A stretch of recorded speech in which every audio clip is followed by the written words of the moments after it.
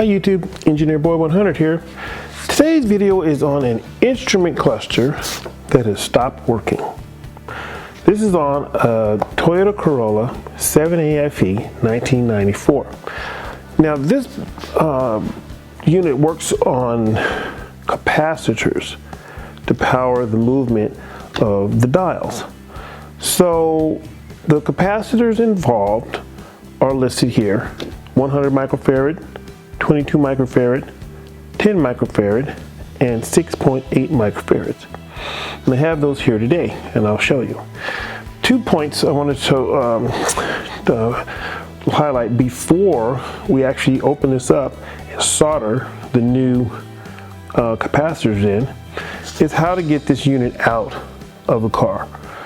There's a little flashing inside the car that has 2 screws up at the top that hold it. Once you take those out, remove the bottom first. Pull the bottom out first. If you try to pull the top out, you're going to break it. It won't come. So pull the top out first and you should have no problem. Then there's 4 screws here, here, here, and here that release this unit. And then you have 3 little plugs that you have to depress to get the connections out. Okay? And now I'll show you how to open this unit without any tools or any, I've seen some videos where they use feeler gauges and all kinds of fancy stuff, but it's not necessary. All you have to do is be patient and take your time. These little tabs here, there's clear ones, which releases this face, and you want to do those first. And then there's little tabs on the bottom that release it. All you have to do is just press it with your finger and gently apply pressure to take it off. Now before you do that, there are 2 screws, one here, one's missing, but there's 2 screws you need to take loose. So you take loose those 2 screws, and then you can take off the clear piece. And once you take off the clear piece, you can then take off the black piece, which will allow you access to the control units in the back. And I'll show you that now. Okay, so I'll tell you right up front, some of you may notice that I cheated, and yes, I have 2 separate units. One's already taken apart. So here's how you take off the clear piece, and then you just take these little clips here and just gentle pressure like so, and as you apply pressure to one side, it'll release, and then you can just work your way around like so. That one's loose, see, then that one's loose, and that one's loose, like so. Okay, so we won't need this anymore, so I'm going to put this aside. Now we have our units. Now to take these units out, there are 4 screws in the speedometer. See, there's 4 screws, and this is how it mounts. So if you look at the back, and this one has 3 screws. So if you look at the back, they're mounted here and here. 1, 2, 3, 4. 1, 2, 3. And that's just so we don't have to spend a whole lot of time doing extra stuff. So now we're done with this. Okay, so the particular part of this car speedometer that failed are the capacitors. And the capacitors are on this little motherboard here, this little circuit board here. And this is the speedometer, and the capacitors here are from left to right. This is the 6.8 one. Okay. This is the 20. Wait a minute. This is the 22 microfarad. This is the 100 microfarad. Yeah, that's right. 6.8, 22, and 100. Okay, so that's the speedometer. Now, the tachometer has only 2 of that type, of 2 of the ones I'm going to replace today. And my God, they are so tiny. Let me see which is which again. Trying to see this is just 24, 25. They're all 25 volt, so that helps. And this one is 16. Oh, I lied. This one's 16 volt, 15 microfarads. So I should have that on here too. See, I messed up. Doggone it. Anyway, yeah, 16 volts, 15 microfarads is this one here. And I don't even know if I have that yet. I don't. Oh no. I don't have that one. So I can't do this one today. But you get to see me do all of these. I have all of these. So I'll do these. This is the one that quit anyway. I was just changing them all because I have it open. So I'll be changing today the 6.8. And the 6.8 is actually the only one I think that's bad. But these are old capacitors and I have it out, so I'm just going to change them all. Alright, so without further ado, let me show you how to change these capacitors. Stay tuned. Okay, so first up we got the 6.8. Here's the new 6.8. It's a little bit big, so it's going to kind of stick out at an angle, but that's okay. So let's get started. This is a solder removal tool. A solder removal tool. So what it does, it just has a little bit of suction. You push this down, you heat up your solder, and when it turns to liquid, you go and it sucks it up into this little cartridge here. So I'll get him ready.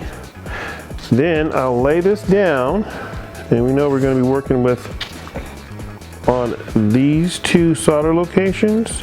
So let's get in closer. I want to get in a little bit closer so we can see better what I'm doing.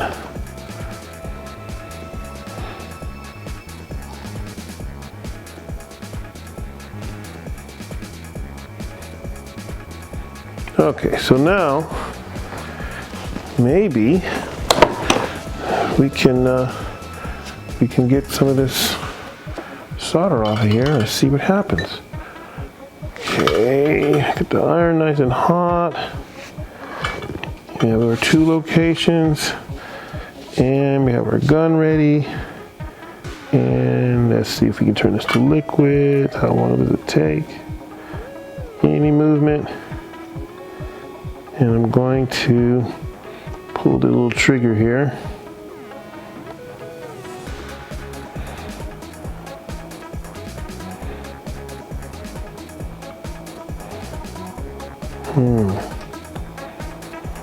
Get it up, there it goes, it's liquid, and whoop.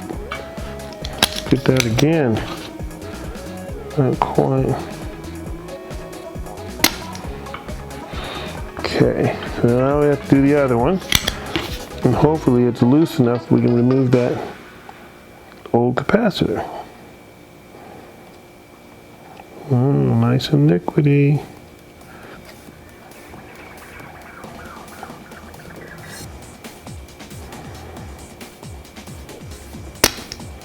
Alright, looks good. Let's see if we can get that guy out of there. Not quite loose.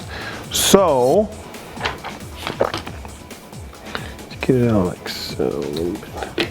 I'm going to actually put a little bit of a tug on it. I know some people do it that way.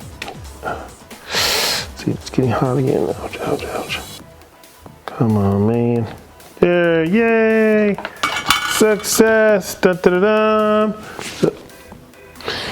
Okay, so now I've got the old one out, got the holes cleared up, and I'm going to install the new one.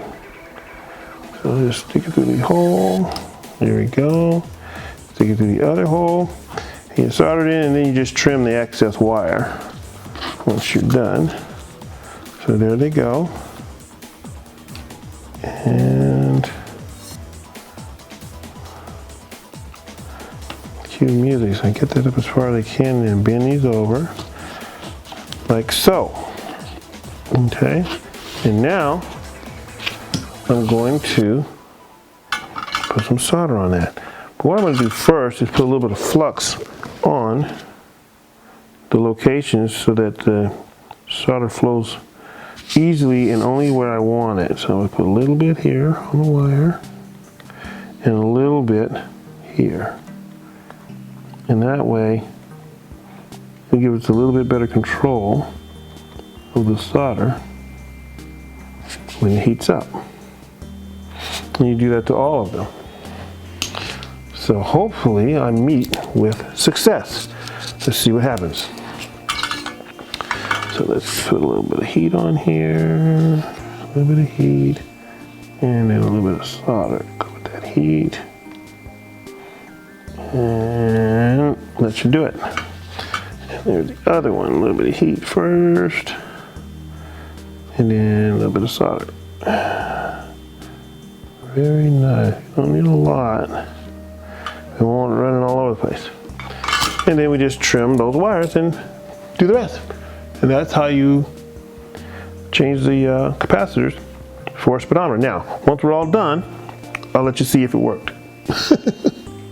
Okay, so as you can see, I updated my sign to include all of the different capacitors that are actually in these units. The tachometer has this weird oddball 16 volt by 15 microfarad, and I don't know, I don't even think I'm going to get to that one this time because it the capacitors haven't shown up yet. So what we're going to do is we're going to solder in the rest of these into the speedometer. And the one that we're doing right now is the 22 microfarad. It's the one in the middle, and it is 25 volts. As you can see, I already trimmed the wires off of the 6.8 microfarad capacitor. I'll let you watch me trim this one if you like. So let's get some heat. Get some heat on there first. Heat up that flux, heat up the wire, and then add some solder in there like so. And you just need a little bit, and then stop. Let's see if I can get that to. So I want it to look a little pretty though. That looks nice. Now we'll do the other one. Just a little bit longer so my hand's not in the way. Heat things up a bit. We already have flux on there. There we go. It's starting to flow. Add a little bit more solder, and that should do it. Doesn't take much. Let it cool. And it cools rather quickly. Another little tip, if you're new to soldering, is you want to have a fan going or be in a well-ventilated area, because the smoke from the solder is not good for you. And we'll snip. And that's how you solder in. That's the replacement capacitor. So the next one we're going to do is the 100 microfarad. 100 microfarad, 25 volt. We'll be taking that out, and then we'll be reinstalling the speedometer and putting it back in the car. Okay, one quick little pointer to make it easier for somebody. On the tachometer, okay, if you look at the circuit board like this with the little red capacitors in the middle, the one on the right hand side is the 10 microfarad 25 volt. The one on the left hand side is the 16 volt 15 microfarad. 16 volt 15 microfarad, 10 volt 25 microfarad. Because it's kind of hard to read them, it's hard to see them. So if you have this particular tachometer, that's what those two capacitors are. Alright, so the next we'll have them in the car and see if they work. Alright guys, I got her started up. It looks like the tachometer works. Let's roll her a bit and see if the speedometer works. Here we go. See if it moves. Well, looky there. All right. Well, that's how you fix the speedometer and tachometer to have blown out capacitors. Thanks for watching.